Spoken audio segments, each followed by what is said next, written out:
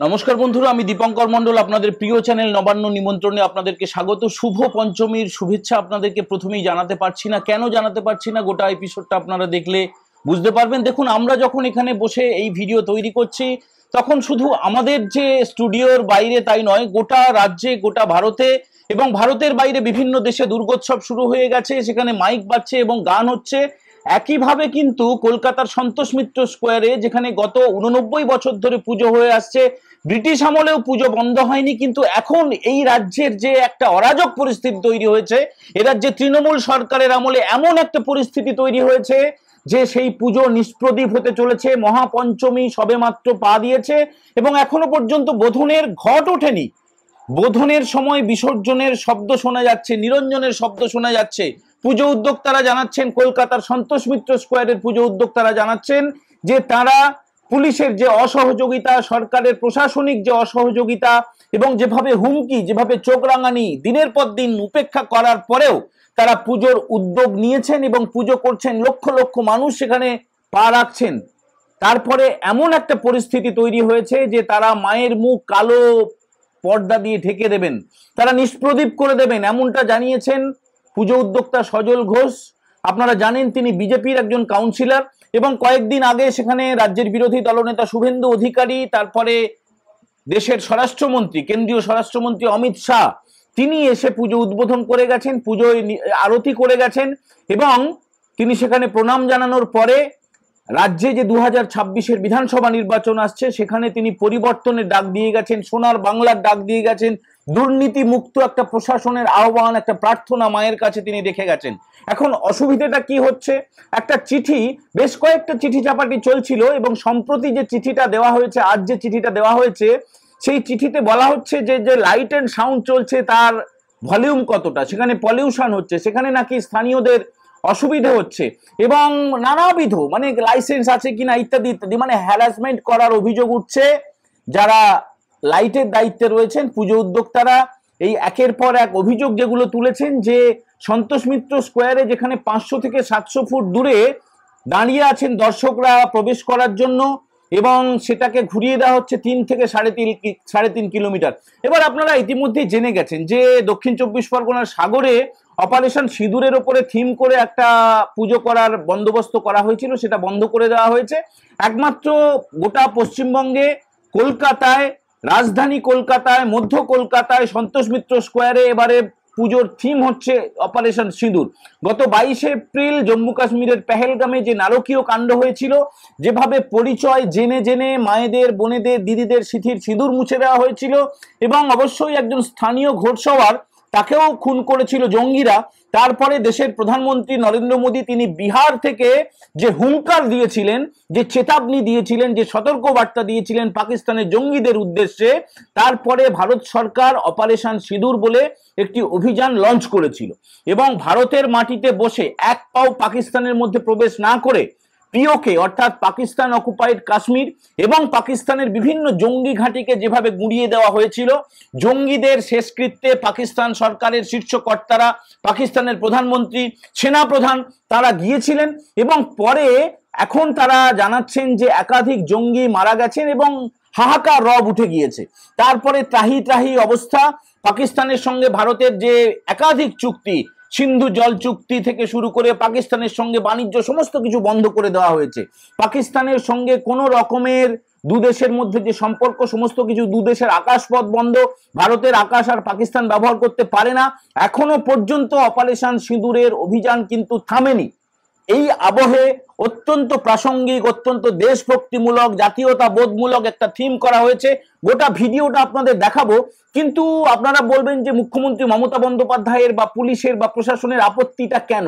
আসলে আপত্তি হচ্ছে আগামী বছর বিধানসভা নির্বাচন রয়েছে এবং এই যে জাতীয়তাবোধের উন্মেষ আরো বেশি করে বেড়ে গিয়েছে অপারেশন সিঁদুরের পরে, যেটা আলিপুরদুয়ারে প্রধানমন্ত্রী যখন অপারেশন সিঁদুরের পরে প্রথমবার পশ্চিমবঙ্গে এসেছিলেন, তারপরে আপনাদের মনে থাকবে যে নবান্নের 14 তলায় বসে রাজ্যের মুখ্যমন্ত্রী মমতা বন্দ্যোপাধ্যায় ছাপার অযোগ্য ভাষায় অত্যন্ত কুৎসিত ভাবে প্রধানমন্ত্রী নরেন্দ্র মোদীকে আক্রমণ করেছিলেন।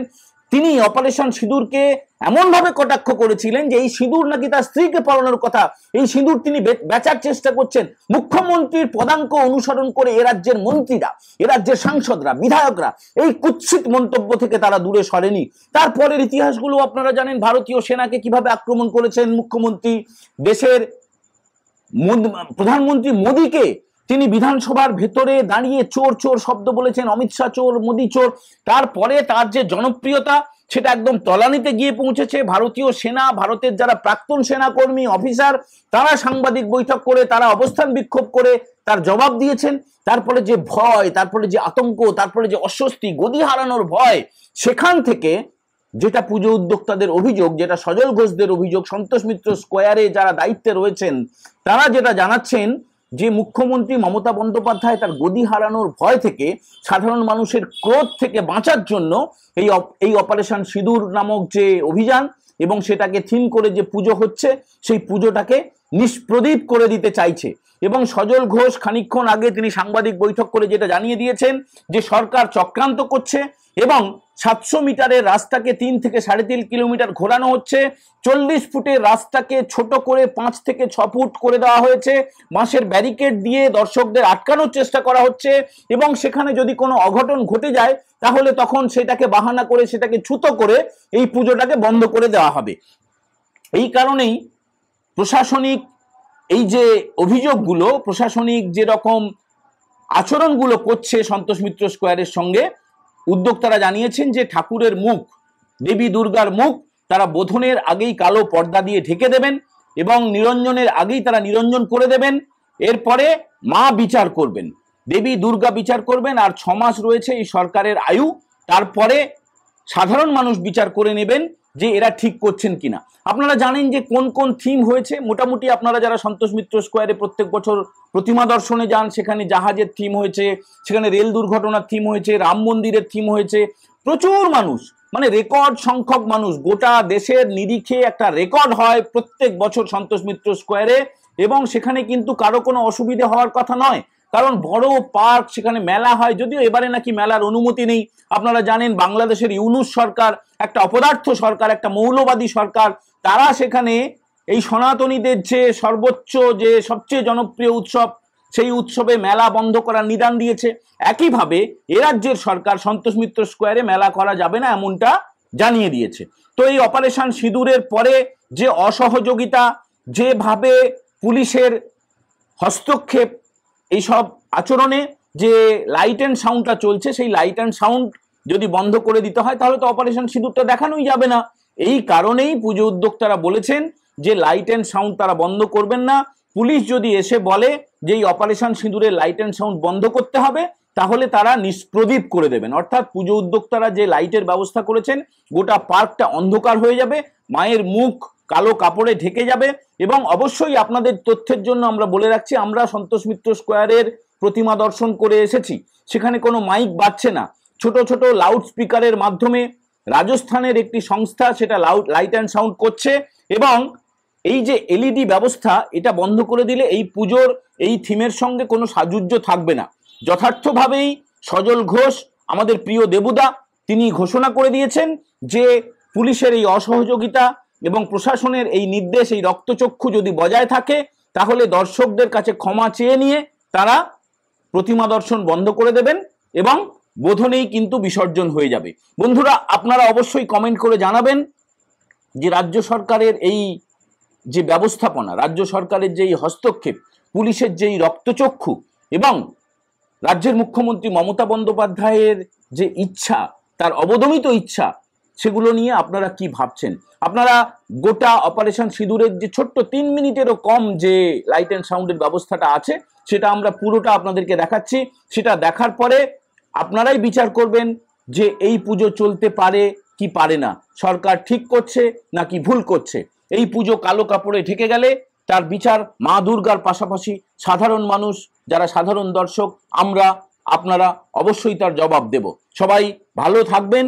আপনার পাড়ার পুজো অবশ্যই আপনারা এনজয় করবেন এবং দেবী দুর্গার কাছে প্রার্থনা করবেন এই অমানিসা কেটে গিয়ে, এই অন্ধকার কেটে গিয়ে নতুন ভোরের উদয় হোক, সত্যি একটা সোনার বাংলা যেন আমরা উপহার পাই। জয় হিন্দ, বন্দে মাতারাম।